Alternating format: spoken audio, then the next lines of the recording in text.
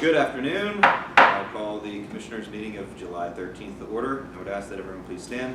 Join me in the Pledge of Allegiance and a moment of silence. I pledge allegiance to the flag of the United States of America and to the republic for which it stands, one nation, under God, indivisible, with liberty and justice for all.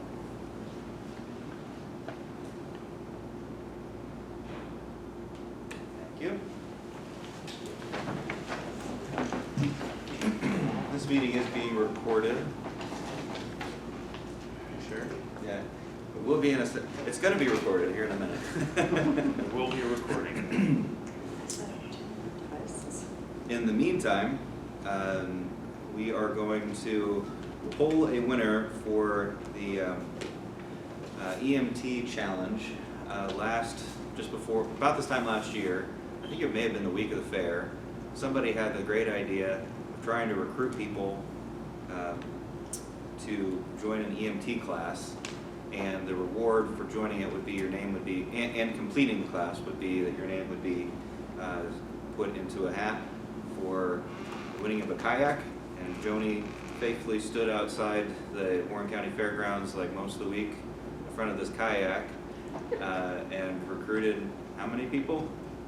I don't remember the final count. I think it was like 22 that were actually committed to take it. Hell, I'm just talk, but So it turned out that the kind of funny idea, in my opinion, at first really paid off, and now we have the hat here. So Ken, would you take this basket over to Joni? Sure. And have her draw a winner.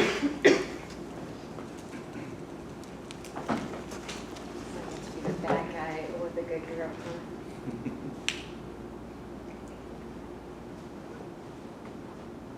All right, so it is Liz Kays of Garland Volunteer Fire Department. Liz Kays, Liz Kays. Garland, VFD. Very good. C-A-Z-E. It is Liz Kays, K-A-Y-E-S. Very good. She's an EMT that just passed. Yep. Great. So, Well, congratulations to everyone for completion, and we thank you very much for, first of all, Joni and Ken, your service and your innovative thinking. Let's do this again.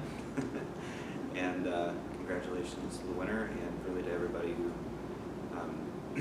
met the challenge. I'm sure that the kayak was not the primary reason, but it sure was a good hook to get people, engaged. So thank you very much. At this time, I'll announce some executive sessions. Yesterday, Commissioner Eggleston and I were in an informational session regarding Kinzu grant. And then the 27th, last month, we had an informational meeting with CYS, and we had an executive session with the solicitor an hour later. Did I miss anything? I don't believe so. All right. Progress fund. What was that again? I don't recall. There was something on the agenda about a progress fund letter.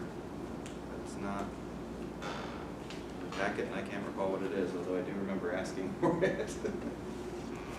My apologies. Did that have to do with businesses being eligible for some type of funding? Yeah.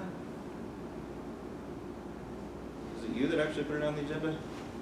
I put it on I want to say 2 weeks ago. Okay. Oh, yeah, that's right. We talked about it last time. Okay. I thought so. So we're already done with that. At this time, I'd ask if there's any public comment from the massive amounts of public we have here. Hearing none. The agenda is before you. We'll skip reading that.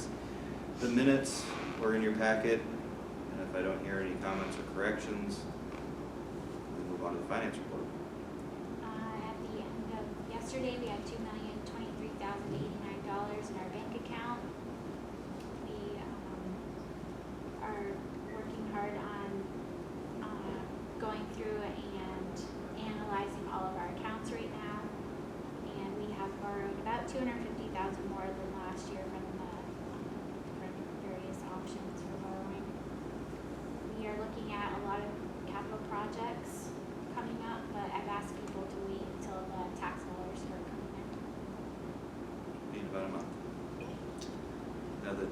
$750,000 draw we signed this morning. That's this. Okay, so it's already in here. Or is That's this an not addition? included in this. Alright, so it's an addition. Okay. HR report. Human Resources Report as of July 1st, 2022. New hires for the county include Allison Nolan, effective 6/1/22, in the Public Safety Department as a 911 telecommunicator. Carrie Skidmore, effective 6/6/22, in the Children and Youth Department as an administrative assistant. Sarah Bacchetti, effective 6/6/22, in the Adult Probation Office as an adult probation officer.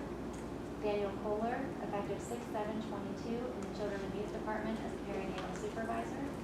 Shauna Cox, effective 6/13/22, in the Children and Youth Department as a caseworker 1. Changes for the county include Beverly Rollman, effective 6/6/22, who went from a perinatal supervisor in the Children and Youth Department to a caseworker 3 for developmental disabilities. Dale Smith, effective 6/22/22. He went from a part-time to a full-time corrections officer at the jail. The separations from the county include Carrie Smith, effective 6/3/22. She was an administrative assistant in the Children and Youth Department, and she is pension eligible. Christopher Smith, effective 6/10/22. He was a caseworker 1 in the Children and Youth Department, and he was not pension eligible. Stacy Confer, effective 6/16/22. She was a caseworker 2 in the Early Intervention Department, and she was not pension eligible. Ronna Tipton, effective 6/20/22. She was the Human Services Administrator at Human Services, and she is pension eligible. And Michelle Cantrell, effective 6/21/22. She was a caseworker 2 in the Children and Youth Department, and she was not pension eligible. Very good, thank you. Departmental reports were in your packet. Didn't see anything that stood out. Public review. So perhaps that the Tax Claim Bureau numbers, but the newspaper already ran an article on that. So, any of the department heads have anything else they wanted to add? Riley? ADP is going well and nearing completion. Yep, we are working on dual payroll, parallel payroll right now to iron out all the bugs before we go live. Very good. All right, at this time, I'd ask for a motion to approve the consent agenda. Make a motion to approve the consent agenda. Second, discussion. Second. Third. Any discussion? All those in favor, please state aye. Aye. Opposed, nay. The ayes have it. Thank you. There's no old business. First item on the agenda is a reappointment to the Transit Authority. We have a letter here, actually dated from May, to me from the Transit Authority asking that we appoint Commissioner Eggleston again to another, what is it, 4-year term? 5-year term. Yeah, it has been 5 years. Wow. Doesn't feel like 5 years. It feels like 20.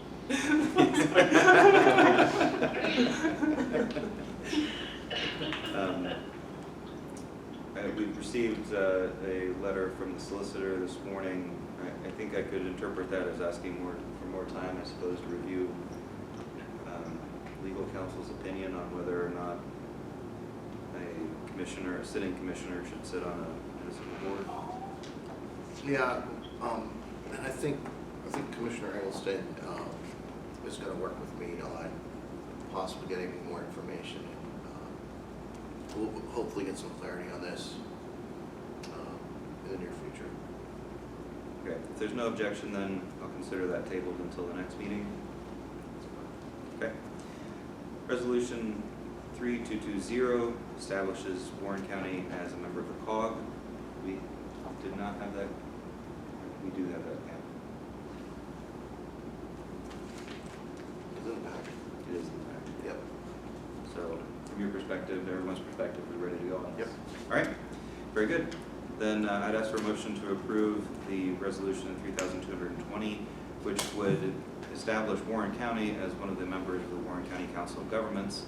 As I think everyone knows, it's been a long time coming. The COG started some 20 years ago, and it's never been officially an entity.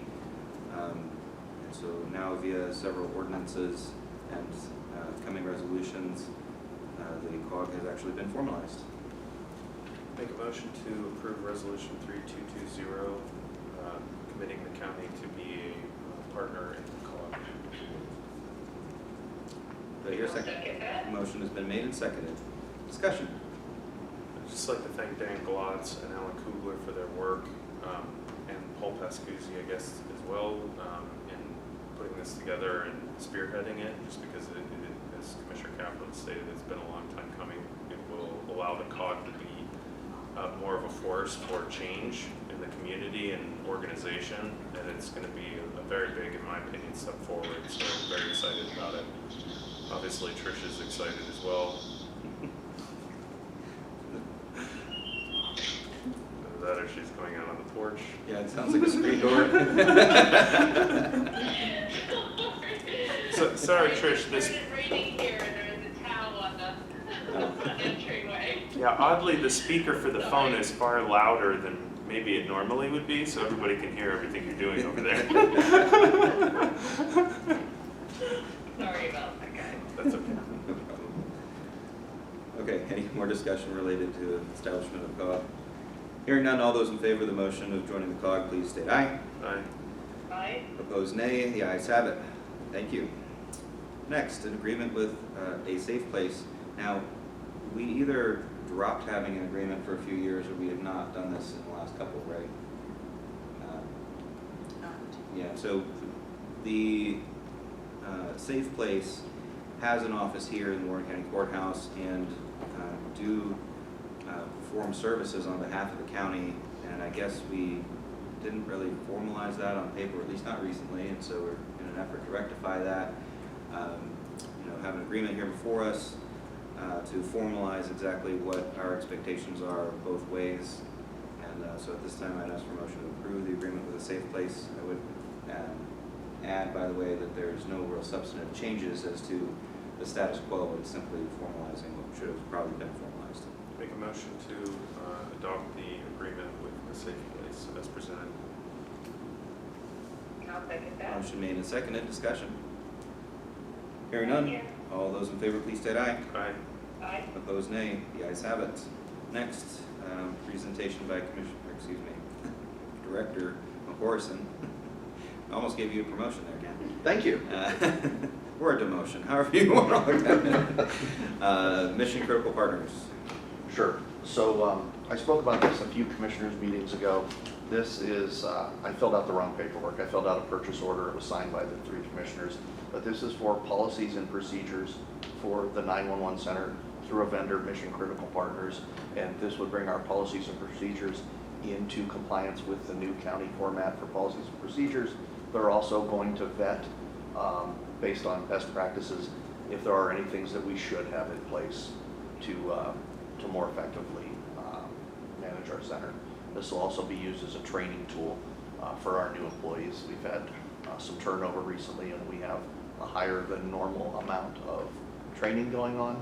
So this will be another tool that we can use to bring our new employees up to speed. One question, I think I had heard that the state also changed their requirements recently, so this would help bring us in line with them as well. Correct. This will, all of our policies and procedures are downloaded into a hub for the state, and then the state basically approves our training curriculum and training program. So all this would also be presented into that hub. The project schedule is slated to be completed by the end of October, and the hourly rates are listed in Schedule B, and they are consistent with other similar consultants that we regularly hire. Any questions? Hearing none, I'd ask for a motion to approve. Make a motion to approve the agreement with Mission Critical Partners as presented. I'll second that. Motion made and seconded. Budget-wise, this is coming out of ARPA, correct? Yeah. I think so. I think that was on your spreadsheet months ago, but we kicked this off, what, in April? I was going to say March. March? Yeah, and that was, back then, that was the idea, was to use it as an ARPA expenditure. But That's the key. If this is that project, then we budgeted $20,000 for it. That sounds about right.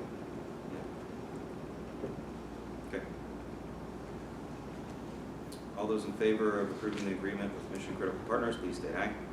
Aye. Opposed, nay. The ayes have it. Next, online auction results. This pertains to 6 vehicles that we put out on a new online auction site. 6. I think 4 and an air compressor. Ken, was it your car on it? No. Yeah. A brand new one. You waited a year No, please no. All right, there's a Silverado, a Trailblazer, a quote, giant yellow truck. and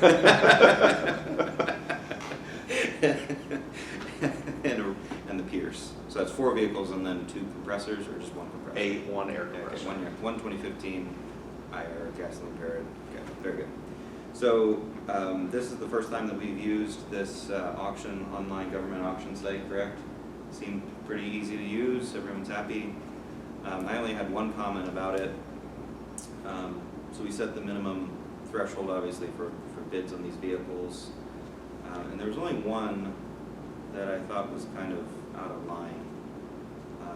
So they were bid on in this public auction, go down through the line. The compressor,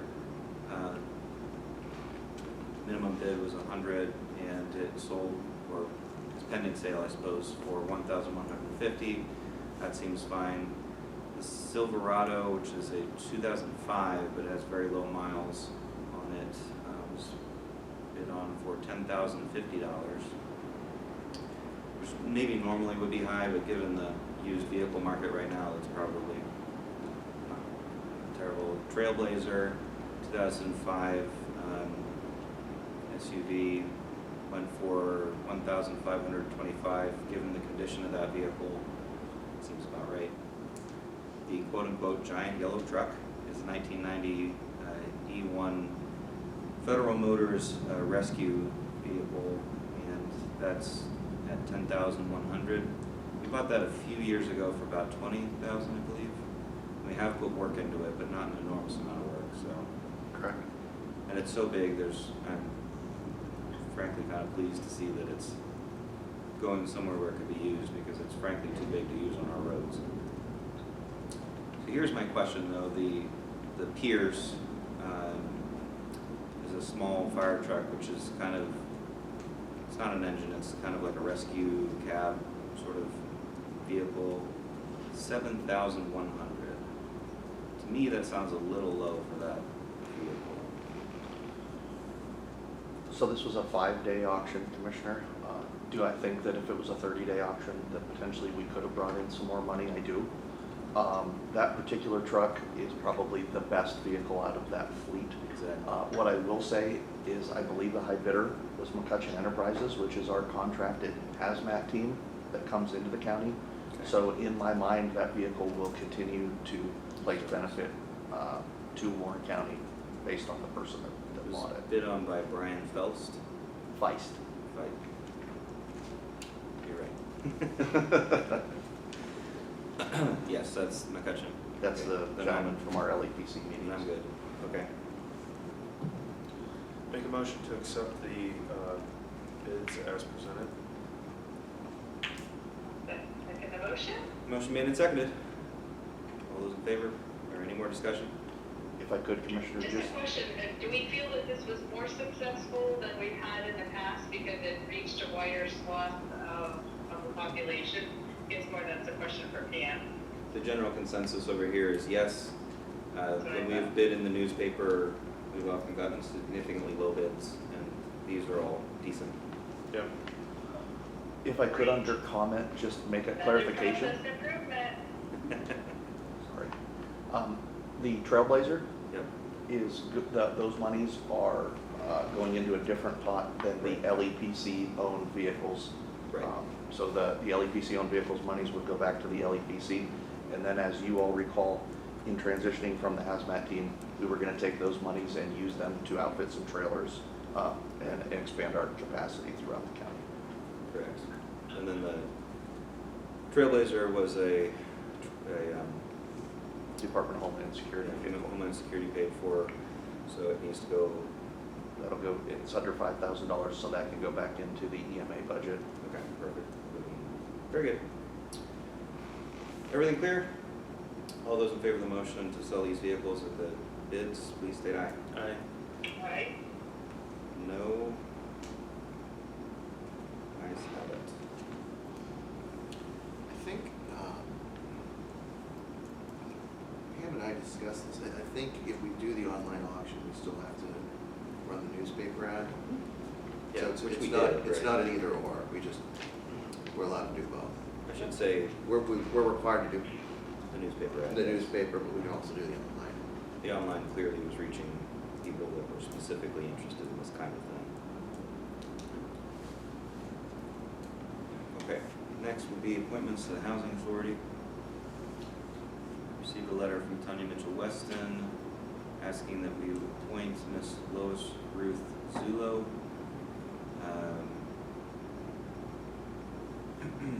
This would be for a 3-year appointment, effective immediately.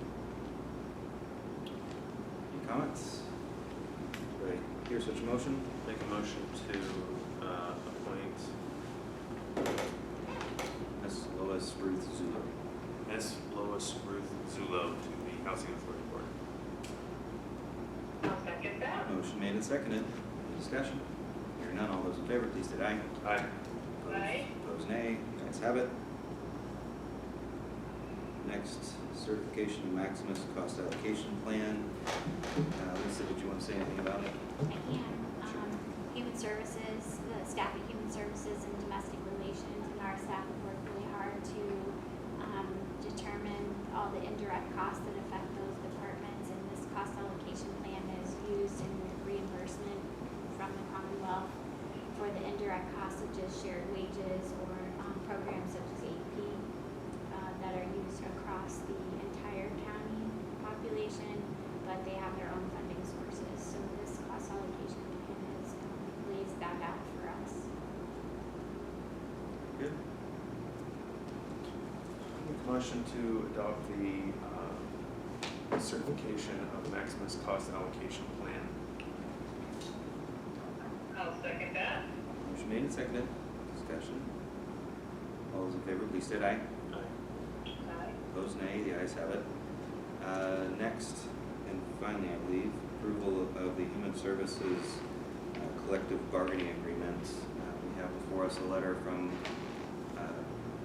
Attorney Chris Gabriel pertaining to the results of the bargaining. Lisa, you were really involved. Did you want to say anything about it? Our bargaining with Human Services was very thoughtful, and we spent a lot of time working on items that are good for the whole, and they approved it back in mid-June. It was voted on and signed by the membership, so now it's in front of you for your approval, and then from there, the collective bargaining agreement will be written based on these changes once you approve it. We appreciate their quick response and willingness to negotiate. Having looked through this, it seems fair to me. Make a motion to approve the Human Services contract agreement that will be effective July 1st. I'll second that. Motion made and seconded. Discussion? I'd just like to thank the bargaining team again. I know you put in a lot of... I was here at 5:30, 6 o'clock several nights, and I saw everybody still here negotiating, so it's a lot of long hours, and I appreciate it. And I appreciate that I wasn't there. Anything else? All those in favor, please state aye. Aye. Aye. Opposed, nay. The ayes have it. I have a few commissioner comments. Do either of you have anything? I don't this time. Okay. Jeff? Good. First, I have passed out a handout regarding the fusion cell. So this is born out of the Regional Council of Governments that Erie County Executive Brent Davis, myself, and PJ Wendell, Chautauqua County Executive, formed actually late last year, and then really kind of formalized it more in this winter. The Erie County Fusion Cell is part of the nerve center that we created. the idea of the Erie County Fusion Cell is something that I essentially want to copy here to Warren County. They've done a great job, I think, of planning it out. You'll see the timeline and phases here, but in essence, what we're trying to do is compile all of the wants and needs of our communities that could potentially be applied for grant-wise with federal government, many various programs that are active right now. The idea fundamentally, and we've talked to White House about this, is that if we got Warren, Erie, let's say Crawford, Venango, Chautauqua, and Ashtabula to work together on a mutual application, then we would be more heavily weighted just because we're crossing county and state borders. So we have gotten confirmation, just as much as can be, that that is a desirable strategy. And so what Erie County is currently doing is aligning their fusion cell with the Erie Investment Playbook, which is about an 80-page document that was just released the other day. If you haven't seen it, I would recommend taking a look, more or less because a lot of it we could lift. They hired some consultants that did an admirable job, I think, of making a very actionable plan for economic and community development. And I think we need to do the same thing here in Warren County. So I think it starts with some listening sessions, contacting municipalities and understanding their needs, identifying projects, bundling them for Warren County, and then taking them to the region and bundling all of those together. We need some level of match, so that could look like some of our own ARPA funding or municipalities' ARPA funding, and then sending it off to the federal government. Hopefully then projects will be receive funding, and we would be potentially doing, for instance, massive broadband initiatives throughout the region, potentially big sewer projects or water. The opportunities are kind of endless. As long as it fits within the infrastructure bill, we can go after a lot. So anyway, that's the update on that. I also went to the Northwest County Commissioners Association meeting the other day. Obviously the big news and what the main focus of the meeting had to do with was the state budget, which had just passed. Generally level funds everything as it pertains to counties, except mental health funding is up about $15 million on the county level across the state. That doesn't end up being a whole lot more for Warren County, but it's improvement. That said, there's a potential for us to play in a pool of $100 million, which is specified for adult mental health related programs. And again, I think a regional approach to that would make a lot of sense. One thing that passed this past week that did not seem to make a lot of sense to me was reforms to the election code. Particularly that now we have to pay we have to print out 100% ballots per registered voter. Brilliant. Yeah, talk about an unfunded mandate. Why do we even have machines? Yeah. Anyway, we haven't gotten the solicitor's opinion on it yet. We're meeting about it this afternoon. That said, on its face in black and white text, it seems like a bad idea. Maybe I shouldn't have said that it was completely unfunded though, because they did create a $45 million pot for election administration, which they've never done before. That said, it's a carrot in order to get counties to comply with certain, we'll call them best practices based on the legislature's perspective. Thankfully, Warren County pretty much already does this best practice, and so it's not going to affect us a whole lot. They're insisting that pre-canvassing start on election day at 7 a.m. We start at 9 a.m., but moving it back 2 hours is not a big deal. There are other counties that don't start the same day. The DCED would be administering this program as early as August, and voting has to be continuous until complete on election day, which again is not a big deal to us because we complete that anyway. So again, I think this is not going to be hugely different to us, and it may potentially lead to some revenue for us.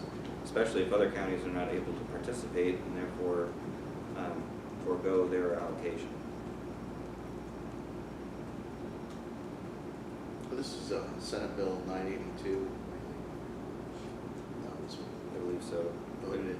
Okay. And then the governor was, from what I understand, second or third hand, was not initially considering signing it, but I heard directly from the governor's staff that he was planning on signing it, but he hasn't already.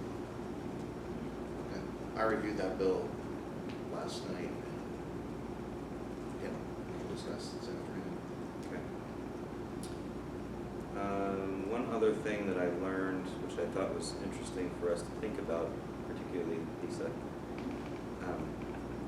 in order to pay for our pension ARC, one of the counties recently took out a bond because they were able to get an interest rate that was lower than the amount you could get on the bond.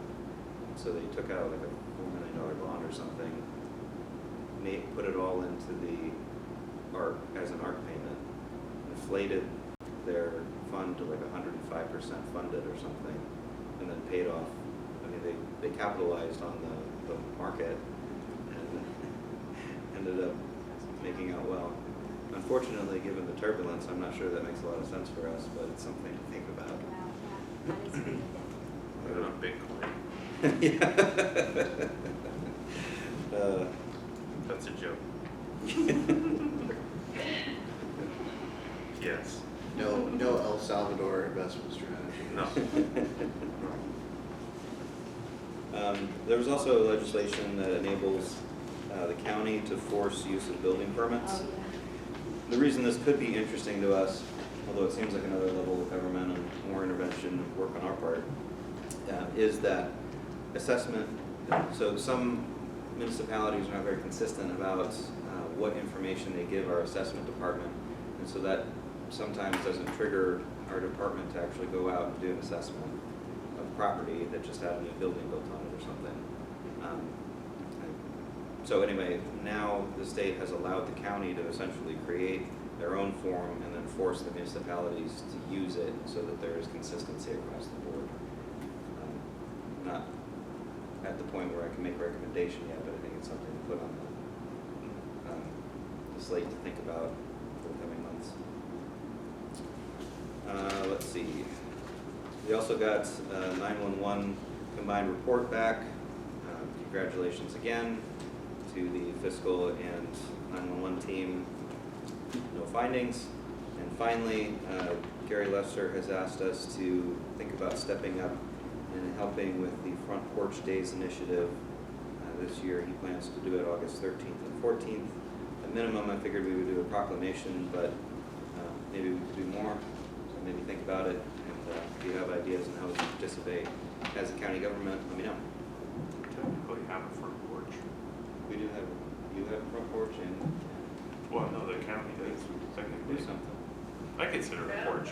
That's a good idea. Has steps, right? Yeah, steps, you can sit on the steps. There you go. We'll figure it out. Put a rocking chair out there. Okay, anything We'll do else? something. We'll do something.